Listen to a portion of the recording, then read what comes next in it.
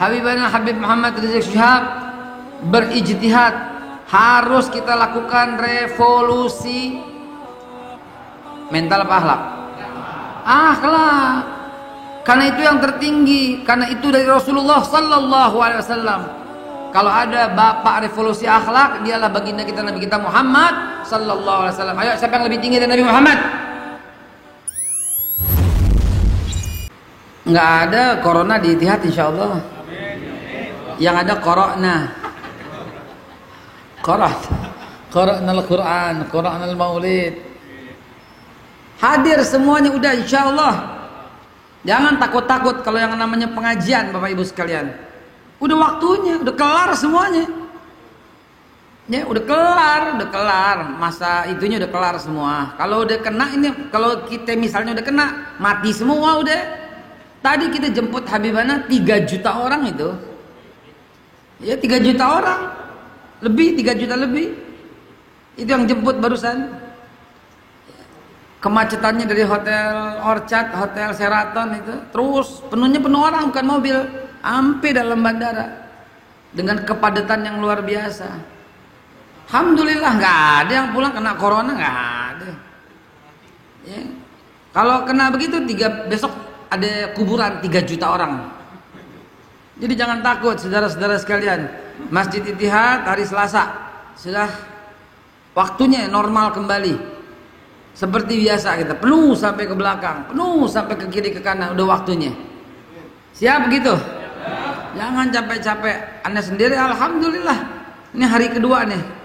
Hari kedua ya. Belum tidur. Ya. Masih ngurusin aja, alhamdulillah udah sampai ke Petamburan. Sehat, selamat, tidak kurang satu apapun. Lega hati kita. Kalau lega ya udah. Siapa lagi yang bukan jaga beliau kalau bukan kita itu loh. Siapa lagi yang pasang badan kalau bukan kita semua, betul? Allahu Akbar. Aset bangsa yang akan tidak pernah mungkin terjadi lagi. Rekor dalam sejarah penjemputan sampai seperti demikian. Belum ada. Boleh deh semua. Boleh, silahkan dibuka. Yang pulang rombongan, ada Presiden Jokowi, ada Pak Ma'ruf Amin, ada Ketua PDIP Megawati, ada Ketua Golkar, Ketua Nasdem, Ketua apalagi sih partai gue gak apa, Ketua P3, Ketua PKS, Ketua Gerindra, Ketua apa lagi? Golkar, Ketua apa lagi yang belum disebut? PAN, Ketua PKB, Ketua apa lagi? Ketua P3, pokoknya ketua partai semua, udah semua disebut ya. PSI belum Ketua PSI kumpul semua dan diserukan semua. Jemput, coba bisa nggak segitu? Bayar kalau perlu. Ini kita kagak ada yang bayar, kagak ada yang suruh, nggak ada yang suruh. Cuma diumumin mau pulang tanggal 10. Deh gitu doang. Enggak, datanglah. Enggak ada. Anda sendiri enggak ngajak satupun orang. Enggak ajak. Bagaimana kita ajak? Coba, apa enggak terbuka mata bahwa yang kita sebut ini, yang kita junjung ini, yang kita angkat sebagai imam besar umat Islam ini adalah bukan orang yang biasa-biasa saja. Dialah waliullah Habibana Muhammad Rizik Syihab. Kalau bukan Allah gerakan, nggak akan terjadi, Pak. Beneran. Kalau bukan Allah yang menggerakkan, nggak akan terjadi. Ya. Ini Allah Subhanahu Wa Taala yang punya kerjaan. Allah Subhanahu Wa Taala yang punya gawean. Allah Subhanahu Wa Taala yang takdirkan. Kenapa? Karena ada resonansi, getaran. Getaran itu hanyalah milik Allah. Innamal mu'minuna alladzina idza dzukirallahu wajilat qulubuhum. Hanya saja orang-orang beriman kalau disebut nama Allah bergetar hatinya. Itu bergetar itu namanya resonansi. Bum bum bum bergetar, dan getaran-getaran itu gitu loh. Ya yang membuat kita terpanggil untuk datang. Bayangkan dari luar daerah datang. Dari semua daerah tuh datang. Sampai sekarang nih ada yang belum bisa pulang. Puluhan bus datang hanya untuk sekedar melihat wajah Habibana. Coba kalau bukan karena Allah Subhanahu Wa Taala. Ya, ini penting untuk disadari, jangan macem-macem. Ya, jangan main-main. Dan beliau mengucapkan terima kasih yang sebesar-besarnya. Saya dalam hal ini tolong biar mengerti aturan manajemen juga yang baik, bukan sebagai juru bicara, tapi saya bicara sebagai orang yang mengulangi perkataan beliau. Beliau mengucapkan terima kasih yang sebesar-besarnya kepada pemerintah, dalam hal ini Pak Mahfud ya, yang berkata, yang pidato 1 hari sebelumnya, untuk membiarkan, untuk menjaga keamanan, mengizinkan penyambutan gitu loh. Setelah beberapa waktu sebelumnya melakukan pembicaraan yang sangat kontroversi kepada seorang yang mewawancarainya, dilalah seorang tersangka lagi. Coba bayangin coba, yang diwawancarain Menko Polhukam lagi gitu ya. Yang ngajak bicara tuh, yang menginterview seorang tersangka lagi gitu.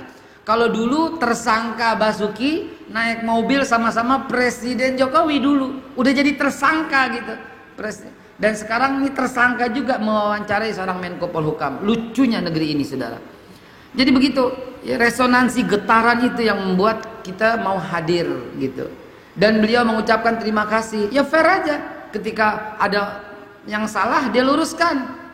Ketika betul dia ucapkan, ucapannya baik, dia ucapkan terima kasih yang sebesar-besarnya kepada pemerintah ya. Dan beliau menegaskan sekali lagi, kami ini bukan musuh pemerintah, bukan. Kami warga negara Indonesia yang baik dan benar dan mengikuti hukum. Kami musuh kezoliman, kami musuh kemaksiatan, kami musuh keserakahan, bukan musuh pemerintah. Dan pemerintah pun jangan anggap kita ini sebagai musuh. Kita cuman mengkritisi kalau ada kebijakan yang menurut kami nilai berdasarkan survei, berdasarkan temuan, berdasarkan fakta, berdasarkan analisa, berdasarkan tanya sana sini ternyata merugikan rakyat, kami kritisi, kami minta diskusi. Nggak minta diskusi kalau nggak mau, kami turun demonstrasi untuk menyampaikan aspirasi. Dan hal itu berlaku di negara kita. Apa salah seperti itu? Jadi jangan anggap kami anak liar, jangan kami dianggap anak bawang, jangan kami dianggap anak tiri, jangan. Apalagi yang satu setia, ya iya aja apa kata pemerintah, nurut aja apa kata pemerintah, dianggap anak yang disayang. Jangan. Jadi nggak boleh pemerintah begitu. Ada sebagian kelompok disayang, ada sebagian kelompok diawasi, nggak boleh. Itu namanya bapak yang nggak adil. Seadil-adilnya bapak, kalau seandainya anaknya misalnya gitu jahat atau narkoba atau apa gitu, pasti disayang kan, diarahkan gitu kan. Ini satu anaknya hafal Quran disayang, satu anaknya tukang berantem disayang, cuman diarahkan, diomelin, diarahkan, dinasehatin gitu kan. Itu seorang bapak yang baik. Jangan sampai seorang bapak itu yang nurut disayang, yang nggak nurut dihukum terus-terusan. Apalagi yang nurut dikasih duit untuk gebukin yang bandel. Ini bapak kurang ajar namanya. Ya Allah ya Rabb. Maka dalam kesempatan ini mari mudah-mudahan Allah Subhanahu wa taala membuka hati pikiran kita untuk melanjutkan kaji kita tentang sejarah. Yang hari ini saya mau mengambil secara khusus, minta tolong izin sejarah Futuh Mekah yang ada hubungannya dengan kedatangan Habibana. Mudah-mudahan kedatangan Habibana kita kiaskan seperti Futuh Mekah yang membawa kebaikan bagi Mekah waktu itu, dan sekarang Futuh Mekah, Futuh Jakarta yang membawa kebaikan bagi Indonesia. Amin ya Allah ya Rabbal alamin. Al-haziniyah wa likulli niyatin salihah wa ila hadratin Nabi Muhammadin sallallahu alaihi wasallam. Kita niat itikaf, kita niat ngaji, kita niat taujih, kita niat tausiah. Al-Fatihah ila hadratin Nabi.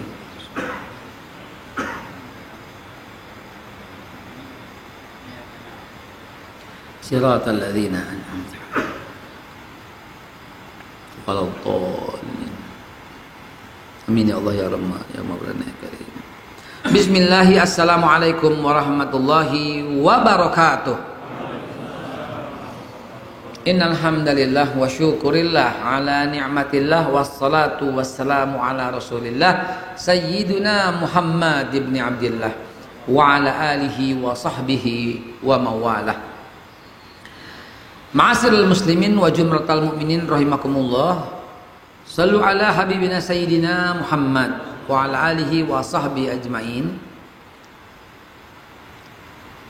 Futuh Mekah adalah sebuah peristiwa setelah Nabi diasingkan atau terusir dari kota yang sangat dicintai, yaitu Mekah Al-Mukarramah.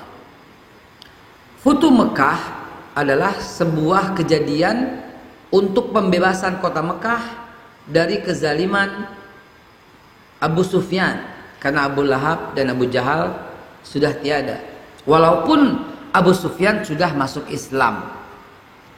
Ya, ini catatan buat kita semua.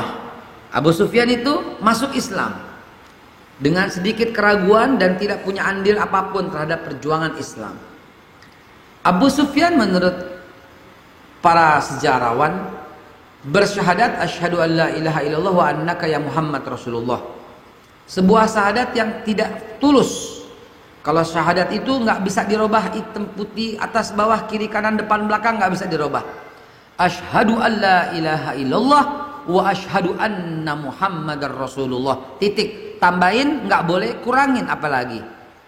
Ya. Sebagaimana yang terjadi pada Syiah, asyhadu an la ilaha illallah wa asyhadu anna Muhammadar Rasulullah wa asyhadu anna Ali waliyullah wa hujjatullah. Nggak sah. Nggak sah. Apalagi ditambah wa la'natullah ala Abu Bakar wa Umar wa Utsman wa Hafsah wa Aisyah. Naudzubillah, thumma naudzubillah. Syahadatain fak tetap itu tuh. Begitu. Ya, udah faknya begitu. Ya. Tidak bisa ditambah, tidak bisa dikurang. Karena itu syahadat yang dilakukan oleh Abu Sufyan nggak diakui. Asyhadu an la ilaha illallah wa annaka ya Muhammad Rasulullah. Aku bersaksi tiada Tuhan selain Allah dan engkau sesungguhnya wa annaka, dan engkau adalah sesungguhnya Rasulullah. Nggak bisa. Wa asyhadu an, dan aku pun bersaksi, mesti seperti itu. I'tiqadun fil qalbi, diyakini dalam hati, iqrarun bil lisan, diamalkan dengan diucapkan dengan lisan, wa amalun bil arkan, dan diamalkan dengan rukun-rukun atau perbuatan. Itulah. Jadi kalau enggak diterima. Itulah yang terjadi pada Abu Sufyan. Makanya tetap dikatakan untuk membasmi kezaliman di kota Quraisy oleh si Abu Sufyan, yang notabene-nya adalah seorang yang sudah beragama Islam, tapi enggak diterima. Bukankah kita tahu bahwa Fir'aun juga di akhir hayatnya masuk Islam kan? Surat Yunus ayat 90 kan? Minta dicatat oleh Allah, kepada Allah merengek untuk diajak minta masuk ke dalam agama Islam. Amantu bi Rabbi Musa wa Harun. Saya sekarang beriman dengan Tuhannya Musa dan Harun. Begitu tuh. Ya. Wa anna minal muslimin. Aku sekarang nih dari golongan orang Islam. Enggak bisa. Enggak bisa. Enggak diaku sama sekali. Itulah kejadiannya. Nah, itu yang terjadi pada Abu Sufyan, sehingga Mekah walaupun Abu Sufyan yang sudah Islam tidak menunjukkan tanda-tanda kebaikan. Tetap saja ya. Saudara, sebentar saya skip dulu sebentar. Patung-patung yang ada di Quraisy, patung-patung yang ada di Mekah, mereka tuh nggak nyembah patung, kata mereka. Dari mana saya berkesimpulan begitu? Dari diskusinya Amr bin As kepada Raja Najasyi, yang pada waktu itu lagi negosiasi untuk menerima utusan Nabi yang dipimpin oleh Ja'far bin Abu Thalib. Ya. Jadi Ja'far bin Abi Thalib diutus oleh Nabi tinggal saja di kota Najasyi, Habasyah, Eropa, Afrika, Ethiopia tepatnya kalau sekarang. Di sana ada raja yang baik. Tinggal di sana. Namun Abu Sufyan mengutus Amr bin As yang waktu itu masih kafir. Dan Amr bin As berkata, kami tidak pernah menyembah berhala. Yang kami sembah itu spiritnya, supaya kami khusyuk gitu loh. Ada yang dilihat gitu loh. Ada yang diimajinasikan gitu loh. Nggak bisa dalam Islam demikian. Islam itu langsung, directly, kecuali dengan wasilah atas, maksudnya wasilah dengan doa orang soleh, tolong doain gitu ya. Dengan motong kambing, lalu kambingnya dagingnya dibagi-bagi sedekah. Nah itu juga. Atau juga dengan berbuat amalan lebih dulu, puasa misalnya sebulan suntuk gitu misalnya, lalu hajat, barangnya kehilangan, baca yasin misalnya, yasin 40, baca yasin 40 kali, biar Allah subhanahu wa ta'ala bantu, beri kemampuan untuk mengembalikan dan seterusnya, biar orang yang nyolong sadar dan mengembalikannya gitu kan. Nah jadi itu wasilah ya. Yang dimaksud ini adalah orang-orang Quraisy itu tidak menjadikan, siapa bilang kami menyembah berhala, kami menyembah Tuhan yang satu, kata mereka. Kami menyembah Tuhan yang sama, kata mereka. Nah ini patung hanya sekedar perantara. Jangan-jangan jahiliyah modern begitu. Ya, jangan-jangan begitu. Jangan-jangan jahiliyah modern kelakuannya persis seperti itu. Ngaku Islam tapi nggak diterima oleh Allah. Kenapa? Karena menjelek-menjelekan orang Islam. Batal syahadatnya itu, Pak. Batal syahadatnya. Ya, dalam kitab apa? Al-Wala wal Bara, ya. Abul Ala Maududi, Sayyid Hawa, Sayyid Kutub, itu coba deh. Ada 9 hal, yang lain ada yang bilang 10. Ada juga yang bilang 7, dirangkum-rangkum saja. Tapi intinya adalah hal yang membatalkan syahadat. Satu, itu melakukan syirik kepada Allah Subhanahu wa taala dengan nyata. Itu. Yang kedua, dia melakukan sihir, teluh, santet, pelet dan sebagainya dan sejenisnya. Ya, itu batal syahadatnya. Yang dulu tuh hapus itu. Haba mansura, seolah-olah dia nggak pernah beramal. Ya, dia berhukum. Yang ketiga, selain kepada Allah Subhanahu wa taala. Dan yang keempat, dia mencela Nabi Muhammad sallallahu alaihi wasallam. Atau dia diem aja nama Nabi dicela, nggak ada rasa marah sama sekali. Hati-hati, Pak. Dan nomor 5 itu mencela orang Islam karena keislamannya. Laisa minna, kata Nabi, bukan golongan saya, kata Nabi. Bukan golongan saya. Ada orang jidatnya hitam. Ya. Terus dibilang, "Allah, sujud lu gosok-gosok ya, lu gesak-gesak ya, jadi hitam." Itu mencela orang Islam karena keislamannya. Celananya ngatung. Cingkrang loh, banjiran ya. Bodoh nih, nggak ngerti. Itu mencela orang Islam karena keislamannya. Waduh, jenggotan. Jenggot itu tandanya goblok. Semakin panjang semakin goblok karena ketarik otaknya tuh pakai. Itu mencela orang Islam karena keislamannya. Batal Islamnya itu. Murtad, batal Islamnya. Mencela orang Islam karena keislamannya, batal. Mencela orang Islam karena dia menjalankan sunnah, batal Islamnya. Kalau nggak mau jenggotan nggak apa-apa, nggak usah menghina. Kalau nggak mau cingkrang nggak apa-apa, jangan ngatain. Cadar, kayak cadar, itu tandanya mukanya bopeng tuh. Itu mencela orang Islam, mencela wanita yang menjaga kehormatannya. Mencela itu. Kalau nggak mau bercadar nggak apa-apa, tapi jangan mencela gitu lah. Ya, pakai jilbab tuh bikin bau, nggak modern banget sih. Itu batal keislamannya itu. Itu sepakat tuh, nggak ada perselisihan ulama tuh. Cuman jarang yang bawa, ngeri bawanya. Biarin saya bawain aja nggak apa-apa. Silahkan buka kitabnya. Al-Wala wal Bara, Loyalitas Muslim, Fatihakan, Sayyid Kutub, Sayyid Sabiq, Abul Ala Al-Maududi, silahkan buka. Ya, untuk kelurusan tauhid. Ya. Baik, jemaah sekalian dimuliakan Allah. Sampai di mana tadi?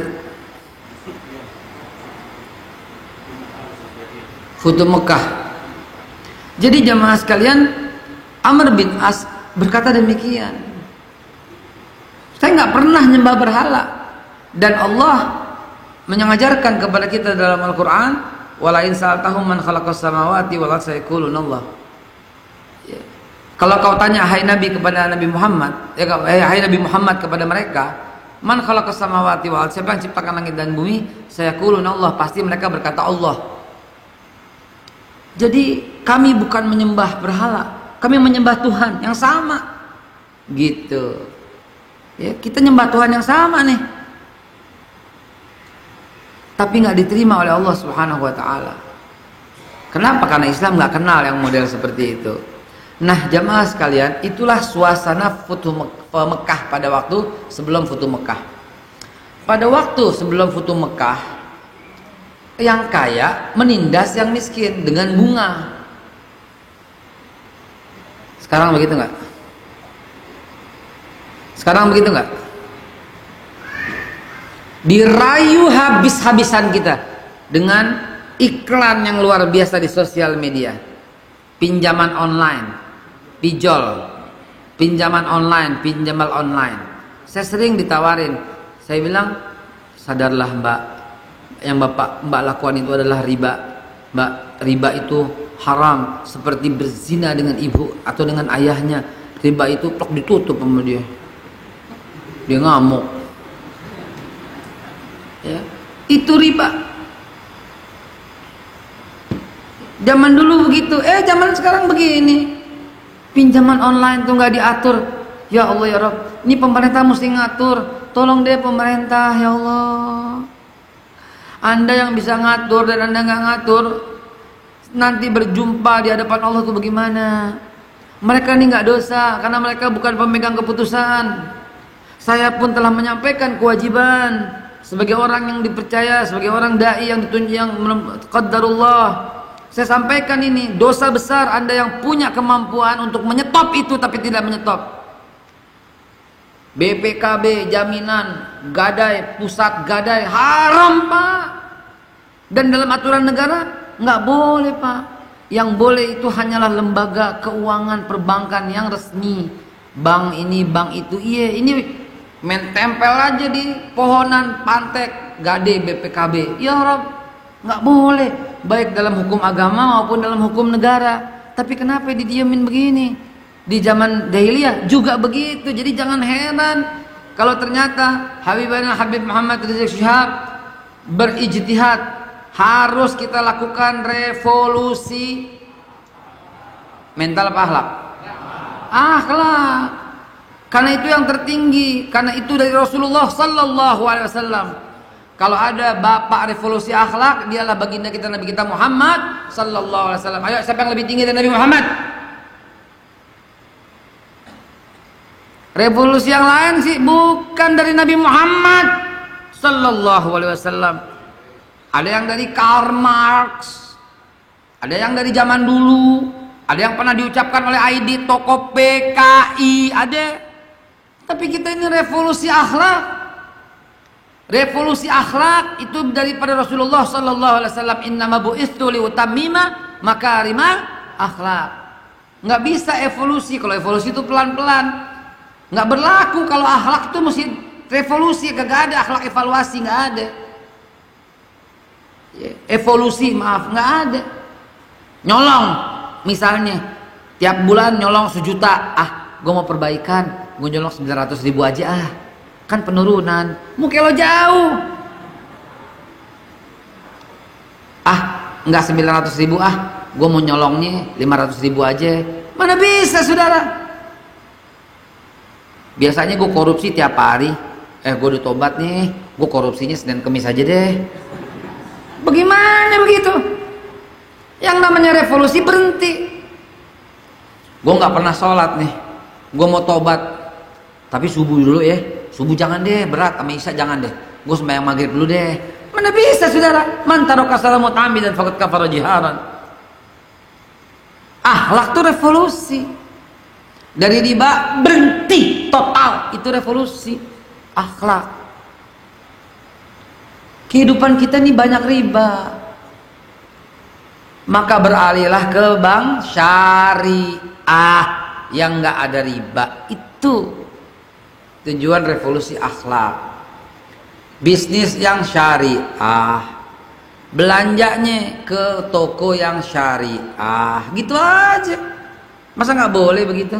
Simpan pinjam yang syariah, pegadaian yang syariah, gitu aja selesai kok. Gampang kok, nggak repot-repot. Duit di bank taruhnya yang syariah. Ngapain bank asing, bank asing lebih kaya, bikin kaya aja loh. Sadarlah wahai umat Islam.